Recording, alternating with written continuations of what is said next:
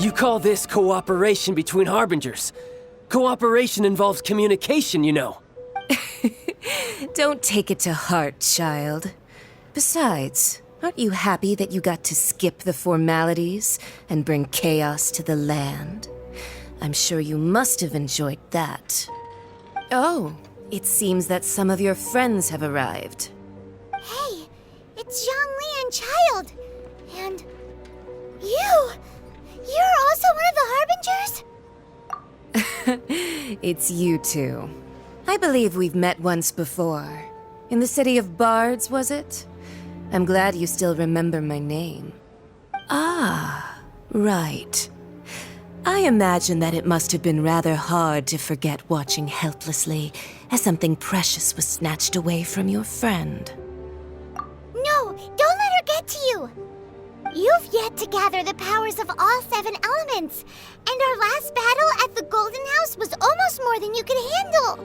So it might be best to keep things peaceful this time, seeing that 2 of the Harbingers are here.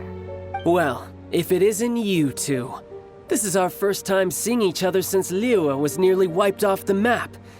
This is certainly a bit awkward, wouldn't you say?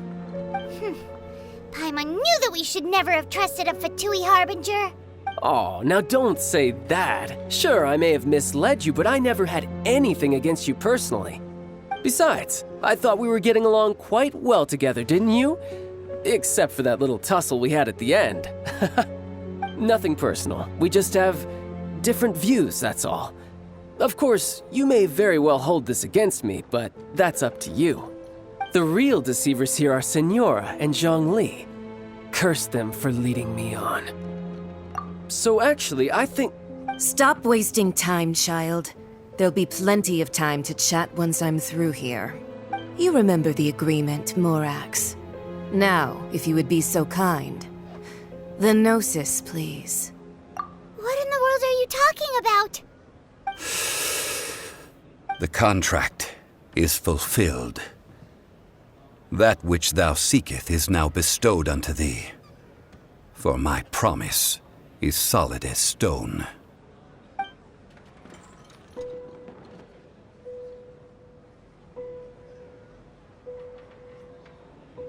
How sanctimonious. What? So you're the Lord of Chio? No, wait. That's an exciting twist and all, but why give the Gnosis to the Fatui? I do not give it for free. I give it as agreed upon in the contract. For it is a matter solely between the Tsaritsa and I.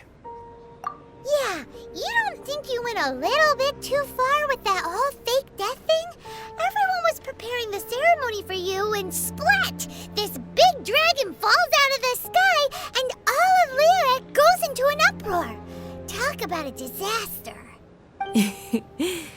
Gathering all the forces that had been bubbling behind the scenes, and then stirring them together in a pot that was bound to boil over. That's what he wanted to see, am I right? Wait, what? Perhaps it's best that I explain. As you know, I've dwelt upon this world for more than 6,000 years. It is now 3,700 years ago that I founded Liyue together with the Adepti. Even boulders that can withstand whirlpools will erode with the passing of time. I kept convincing myself that cracks had not begun to form, and that the end of my time had not yet come, until one drizzly day, as I was strolling along the harbor, I heard a merchant tell one of his workers, "You finished your duties. Go ahead and call it a day." I stood motionless among the crowds, asking myself, have I already finished my duties? Oh, Zhongli. But as I began to consider relinquishing my divine role, I soon discovered that many reasons still remained to not hastily depart.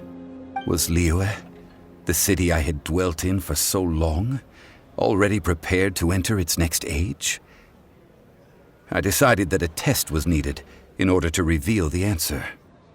So I feigned my own death, and gathered the cast of Child, the Adepti, and the Liyue Qixing to play their roles together on the stage that was Liyue. That's right, which is why I continued to safeguard the Gnosis until now. So you mean that if the chaos ever reached the point of no return, you would simply appear and use your divine powers to bring Liyue back under control? Of course, and it would have been all too easy for him too. Just as a child quickly matures after losing their parents, so has Liyue matured when faced with the death of its deity. In the end, the resolution to all that has transpired was even more satisfactory than I could have hoped for. Take the Adepti, for instance. Owing to their years of seclusion, they were the least informed. Yet when faced with a crisis, they commendably showed the greatest amount of restraint possible. Not only did they manage to cooperate with the Qixing, but in the end, they even made efforts to understand the hearts of the people.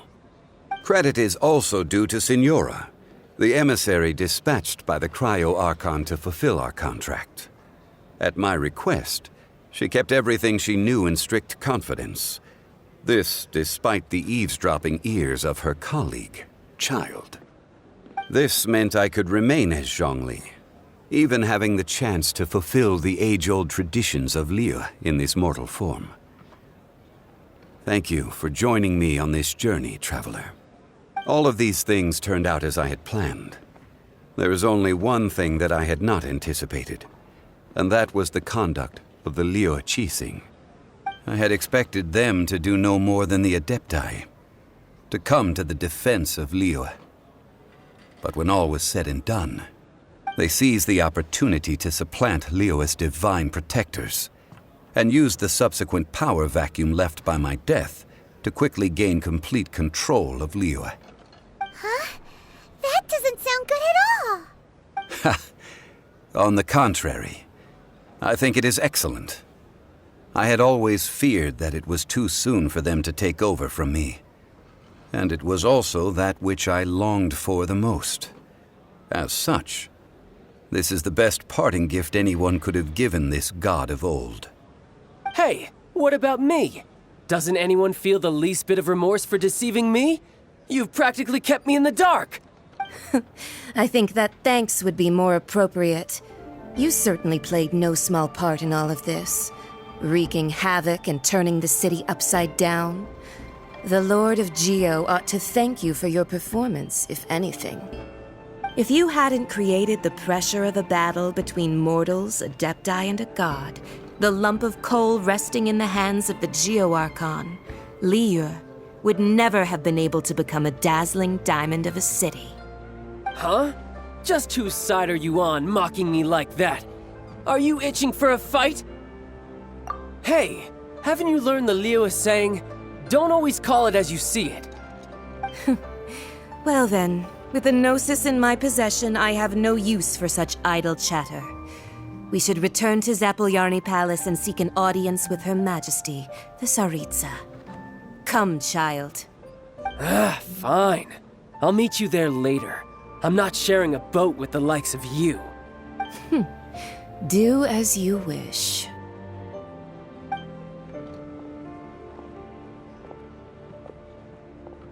Now then, is there anything else you wish to ask me? Right! As Zhongli always told us, a good trade is a fair trade. Paimon has no idea what could be a good trade for a Gnosis.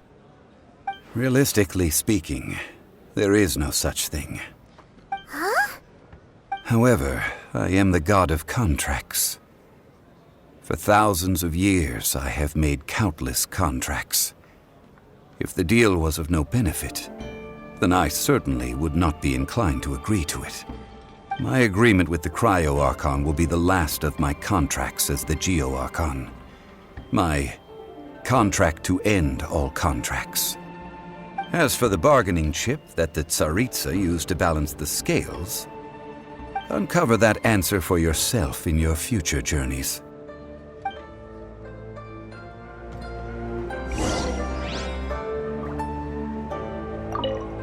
Paimon can't absorb so much information at once.